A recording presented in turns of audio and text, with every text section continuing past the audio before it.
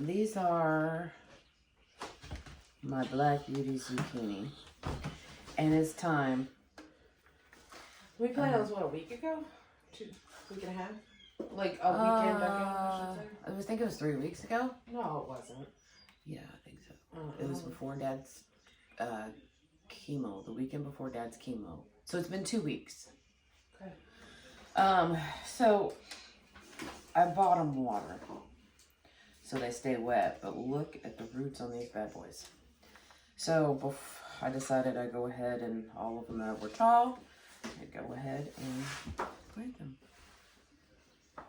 I'm gonna start with these white bush squash. I've never had them before, but I'm trying them this year. They said they were sweet and full of vitamin A. So I'll let you know how they turn out. So what I did was I planted 2 seeds. I don't know if you could see these in each one, just in case one didn't grow. But 1 grew in each one of them, or 2 grew in each one of them. So when I replant, I'm also going to be separating them to make their own. And you can see the nice roots on these bad boys. So what I'm first going to do is just take them all and divide them all up and give them their own little homes. And then after I get done planting all of these, I'm going to go ahead and take them out to the greenhouse, and I've been growing them in the spare bedroom. And these are really wet. For me, it works better when they're really wet when I do this. They don't seem to have get that transplant shock. And plus, I can grab them close to the base and just kind of wiggle a little bit, and then they pull right out. Plus, it's also easier when I separate them and because their roots kind of pull together. So that way it's easier to pull the roots apart. So we're going to have a lot of, this is all just squash, and I have more in the house. So this is how I do it. I'm not a gentle farmer. Missouri is not gentle weather. I am not gentle either. If they can't make my roughness with them, it's not going to make Missouri weather. So I just pull them all apart, put them in their pot. Once I get them all divided out of this one tray, I will then go ahead and then fill them in with dirt.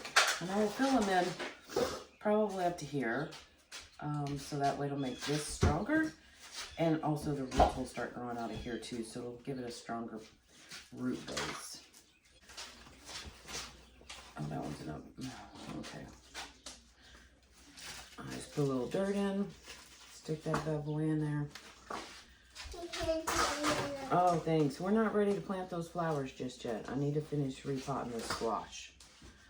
And then we'll plant some flowers, okay? All right. Thanks for helping.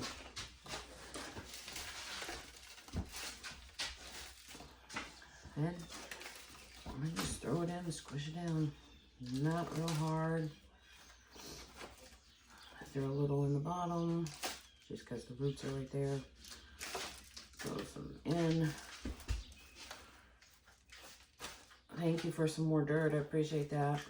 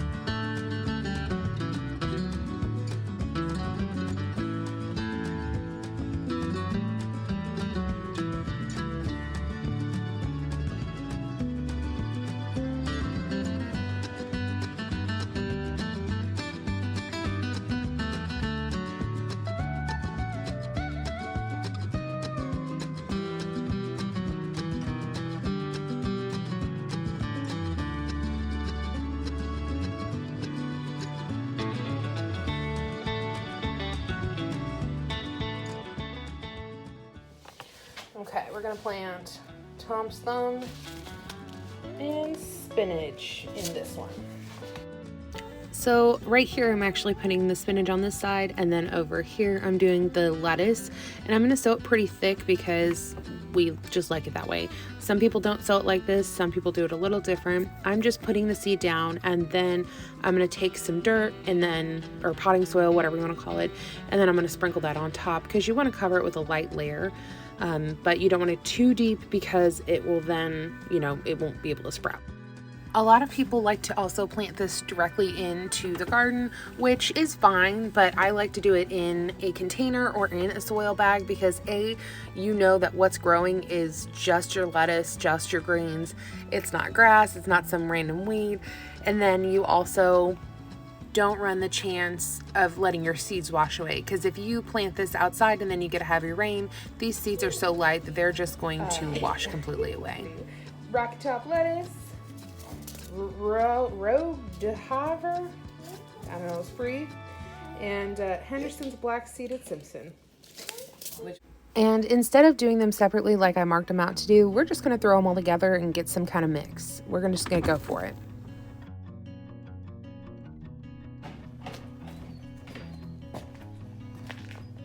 This is the greenhouse with the, what is it called? What's that sprinkler system? Irrigation.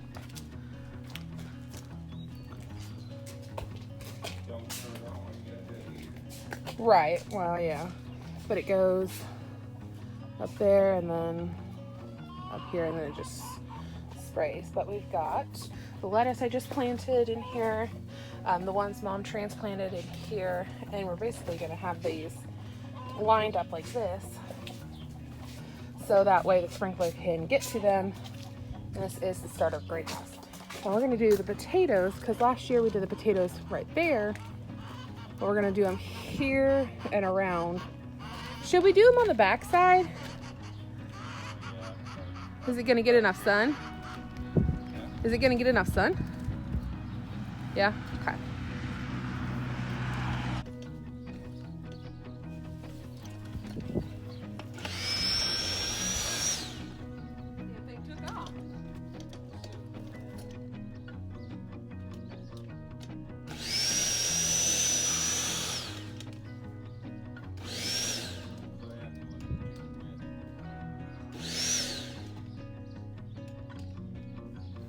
Somehow the extension cord came loose, and so it wasn't working. And P.S. I've never used a tiller before, so this is my first time, and honestly I really liked it.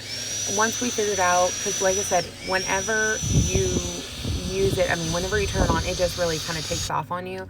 But when you pull it back, it seems to work much better.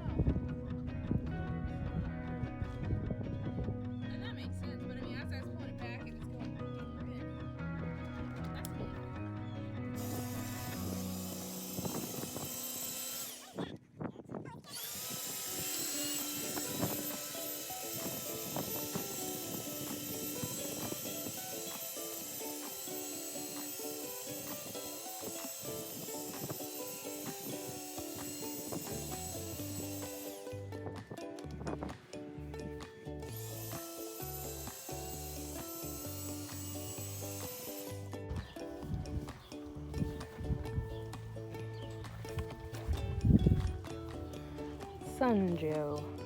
Got it on Amazon.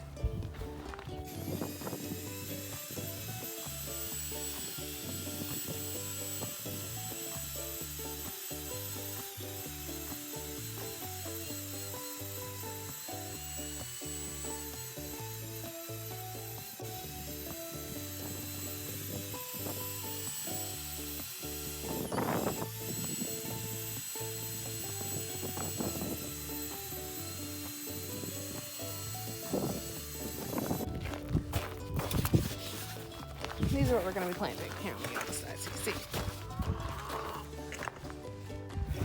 So, Mom thinks these will grow just as good as a whole potato in the ground with sprouts. So, we're going to test that out. So I apologize, I had to cut all the audio out of this particular clip because the wind was blowing directly into the microphone. What I'm saying is with potatoes, you want to make sure they have eyes. These little sprouts coming out, that's what they're called. If you have one with multiple sprouts, you can always cut it off. I prefer to plant them whole. Mom likes to cut them off, but like I said, you've got multiple there, you can cut it. Now what you want to do before you plant it, if you do cut it, you want to either dip it in wood ash and then set it out aside and let that form a skin. And then sometimes, like here, this one was part of a whole potato that Mom cut, and you can see on the back side it does have a skin on it, and she didn't dip it in wood ash or anything. But if it's like that, you can definitely go ahead and plant it. But if you go ahead and just cut a potato open and throw it in the ground, then it's going to rot in the ground and it's not going to be any good for you. So I personally would have at least this much of the potato left on it. If you go and slice it really thin, whoop, the camera almost fell over. If you go and slice it really thin, then you're not going to have enough. Personally, I think you're not going to have enough to grow. Some people say one way, some people say a different way. To each their own, but if you get something super thin like that, it's just gonna shrivel up, and I'm not gonna plant that. But anyway, enough about taters, let's get planting. So what you're going to want to do, you're going to want to dig a hole about 6 to 8 inches, and then when you put the potato in, if you're using a whole potato, usually there's eyes on the whole thing around every area. So what I like to do is put the bulk of the eyes on one side and put that facing up. And then if you've got one of those cut potatoes, put the skin side down and the eyes facing up, and then, cover it in dirt, and then go a couple feet the next direction. Here I'm only going to do 2 rows, and then just space them a couple feet apart.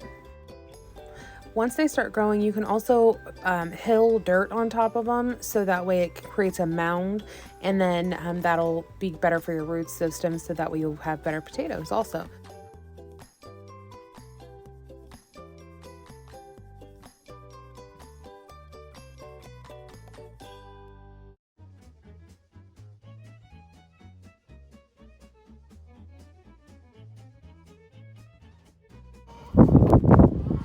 Alright, so we got them planted, and I didn't cover these up because I realized when I did that side it was kind of hard to see that how the spacing was.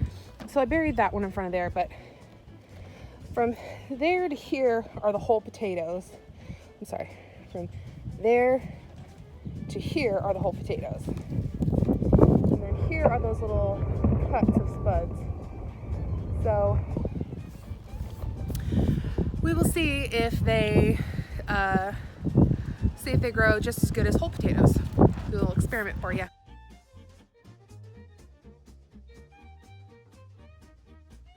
Okay, so I'm sorry if it's really windy, but we're gonna go ahead and plant peas. These are little dehydrated looking little guys. And so these are the sugar anns. And so I went ahead and I had tilled it up earlier, and then I took a shovel and just make it a little, I don't know, ditch, I guess is what you call it.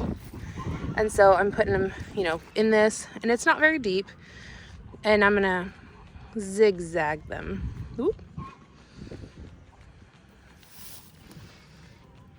Not perfect, but it is what it is. Okay, so I'm going to do 3 different types of peas in here, so I'm just going to stop. I'm going to do these sugar anns, these Lincolns, and then the last bit It's called a shell pea sweet pick. Okay, now that I've got them all planted, I'm just gonna go, you know, push the soil back over it, cover it up. And then we're gonna put a trellis right behind it, so that way, and by trellis I mean we're gonna put a cattle panel and some T-posts to hold it up, and that's what it's gonna grow on. Okay, water's on. There you go. Woo! It's getting me. Oh, it's getting me.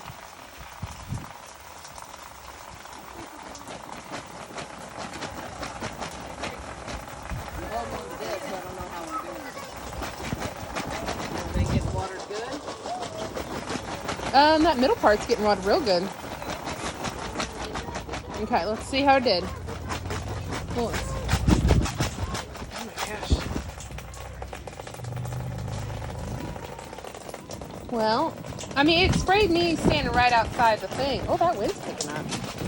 Oh, Lord. Yeah, I think now that we everything's plan to good. put these in here, it's going to take off. Okay, so now let's roll it up. Because, I mean, I was going to show him. It's got some good water to it.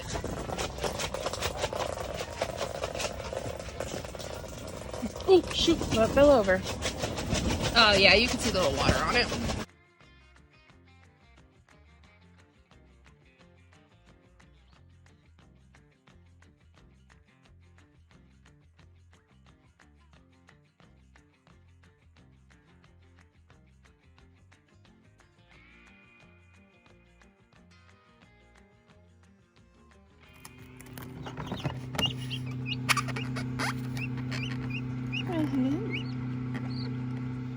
Well, hey guys, that's our Sunday. Thanks for stopping by. Don't forget to like, subscribe, and share with someone who might enjoy this video.